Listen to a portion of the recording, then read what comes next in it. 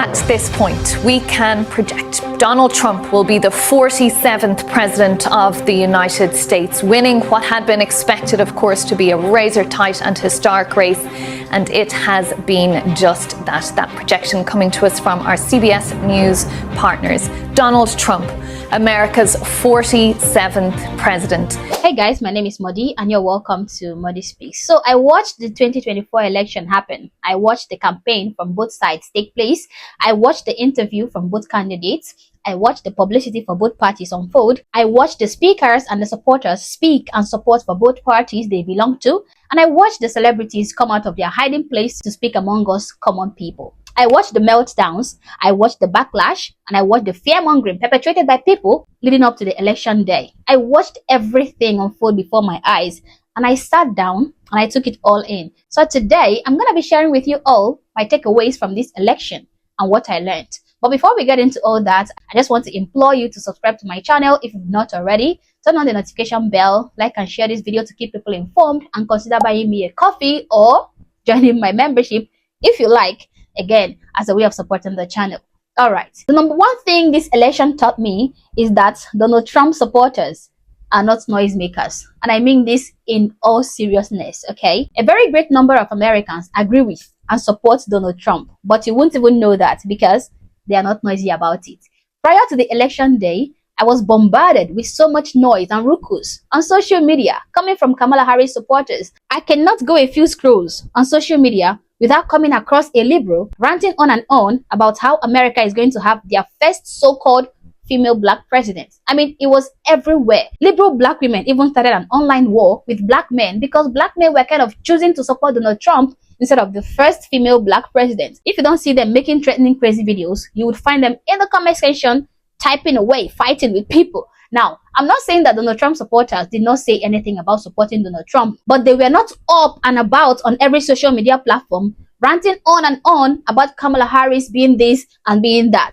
And even though I don't follow any liberals, I keep seeing their videos time and time again on my feed. And this was because these videos were too many, I think. So much so that TikTok started pushing it out to even people who have no interest in such videos. Most intelligent and reasonable people supported Trump, but they didn't speak up because there was no need to.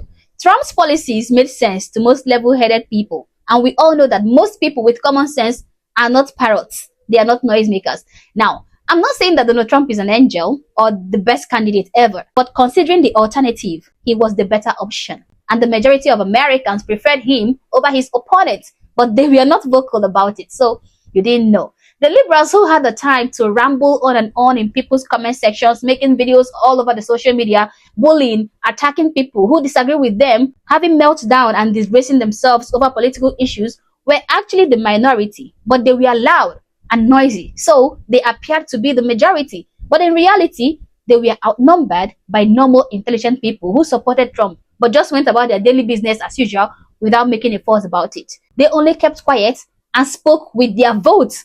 This is the clear representation or manifestation of the proverb, action speaks louder than voice. The second thing I learned from the election is that celebrities no longer have the power they thought they used to have. Yeah.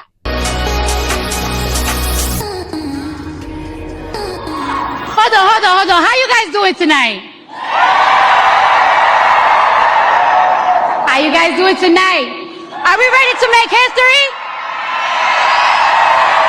Are we ready to make history? Are we ready to change these 4 years? No. Are we ready to change the next 8 years? Because we're going to make sure we have Kamala Harris in office for 8 years. Thank you. How many celebrities were booked for the Harris Walz campaign? Uncountable. It was as though the gates of Hollywood were shattered and all the celebrities came surging, running to support a particular candidate. The Democrats selected special and extremely influential celebrities from almost all ethnicities in order to win them votes. We saw the likes of Jennifer Lopez, Cardi B, LeBron James, Oprah Winfrey, Taylor Swift, Selena Gomez, Lady Gaga, Megan Thee Stallion, Justin Vernon, Eminem, Barack Obama, Michelle Obama, Julia Roberts, John Legend, Stevie Wonder, and the list goes on. These celebrities used their massive influence to sway their followers into voting for Kamala. But did it work?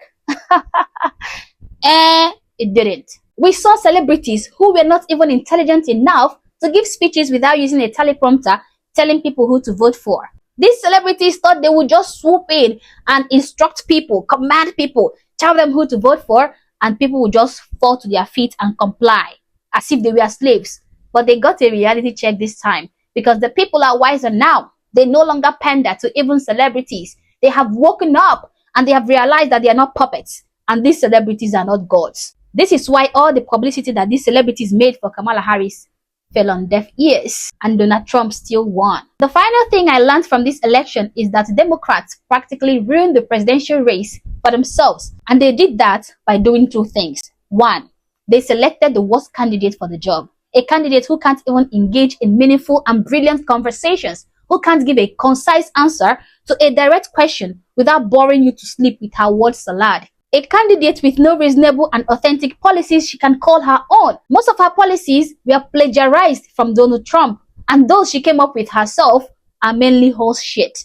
Two, they channeled their campaign promises into attacking Donald Trump and demonizing him, blaming him for one thing or the other. They believed that they would just win the election just by pointing out Trump's shortcomings instead of driving across their own message. And this caused them the support they were looking for.